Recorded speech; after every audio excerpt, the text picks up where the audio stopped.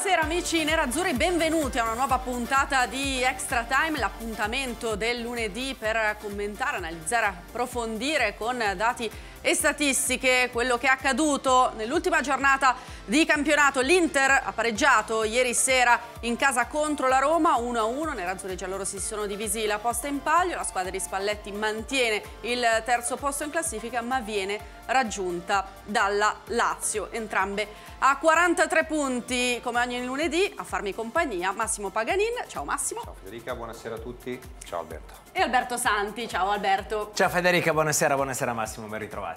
Un pareggio giusto secondo te? Beh, sta un po' stretto all'Inter, chiaro, andando a vedere i numeri e soprattutto la seconda parte della gara. L'Inter avrebbe potuto o meritato comunque di vincere la partita.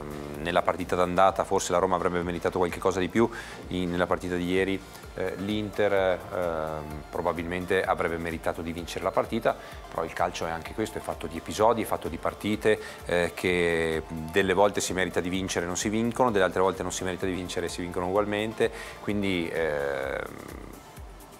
succede, però ripeto, io quello che mi è piaciuto è stato il percorso di crescita, ossia dall'inizio della gara al termine della gara la squadra è cambiata. Sono assolutamente d'accordo con quello che ha detto Massimo, c'è un pari che tutto sommato sta stretto all'Inter, le statistiche solo relativi tiri in porta dicono 7 tiri in porta dell'Inter, uno solo della Roma, quello che evidentemente ha portato il gol. Più in generale però anche a distanza di 24 ore dalla partita la sensazione è che sia stato intanto fatto un passo avanti rispetto all'Inter pre-sosta che faticava, ieri le occasioni le ha avute e secondo me più volte anche chi era allo stadio, soprattutto chi era allo stadio, ha avuto l'impressione che l'Inter non solo potesse pareggiarla ma potesse addirittura arrivare a vincerla quella partita.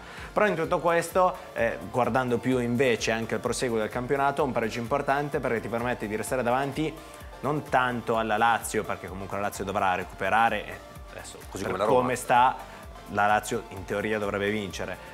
La Roma ha anche una gara da recuperare, ma la Roma anche vincendo arriverebbe a 43, però è dietro perché lo scontro diretto aiuta l'Inter. Poi, come abbiamo detto anche ieri, gli scontri diretti saranno fondamentali a una condizione, che l'Inter contro le piccole faccia bene, e adesso ha 5 partite per fare bene quelle piccole o medio piccole. Nella lista dei pro logicamente, Alberto, abbiamo messo le tante occasioni create, in quella dei contro inevitabilmente i troppi sprechi. Eh sì, perché quello che dice Massimo è giusto, cioè hai pareggiato una partita contro una squadra forte, contro una squadra che comunque si giocherà l'accesso alla Champions con te e la Lazio fino all'ultimo. Infatti il vero test sarà le prossime partite, arriverà con le prossime partite, perché l'Inter ha l'obbligo di vincere domenica con la SPAL e poi via via tutte le altre, perché la classifica dell'Inter rispetto alla classifica delle altre squadre, l'unica che forse è tra virgolette un po' più pericolosa rispetto alle altre è il Bologna, che è un'ottima squadra, con Rondoni che a mio modo di vedere è un ottimo allenatore, però sei a San Siro e quindi devi vincere, perché devi usare la forza che ti ha dato San Siro. Uno dei concetti che abbiamo espresso anche ieri è che l'Inter per arrivare in Champions League, sono curioso di sapere cosa ne pensa Massimo, dovrebbe ripetere il girone d'andata a livello di punti. Adesso però ne ha già lasciati giù 4 rispetto proprio alle stesse 2 identiche partite dell'andata, ovvero aveva vinto con la Fiorentina e vinto a Roma. Adesso invece ha fatto 2 punti.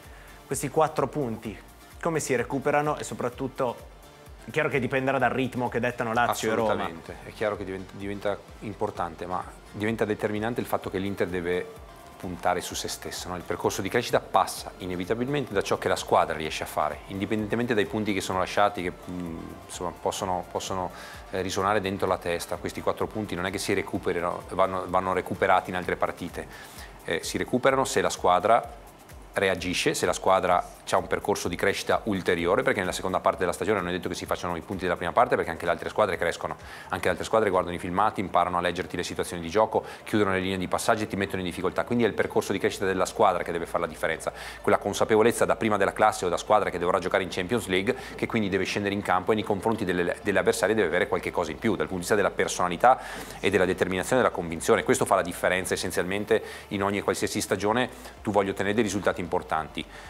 Io credo, ne avevamo già discusso in altre puntate, che la zona Champions non sarà così elevata, non può essere a quasi 90 punti, perché vuol dire che la quarta deve arrivare a quasi a 90, cioè, capite, secondo me sarebbe veramente incredibile. Però è vero che l'Inter nelle prossime 5 partite avrà 5 partite importanti nelle quali incontrerà delle squadre dove deve fare più punti possibile. 15 può darsi, ne ha fatti 13 al girone d'andata se non sbaglio in queste 5. Ha pareggiato solo a Bologna. Esatto, in queste 5 gare, e quindi dovrà fare il massimo. Ripeto, il massimo è dato da quello che sarà la percezione della squadra, quello che riuscirà a fare la squadra. È chiaro che nel momento in cui comincia a perdere dei punti con delle squadre che sono di classifica molto bassa o medio-bassa, e allora ti devi porre delle domande che sono quelle della qualità dei giocatori che hai a disposizione, di quella che è la percezione che hanno in questo momento loro della squadra, dell'idea che hanno di squadra, di conseguenza del percorso di crescita che devono fare.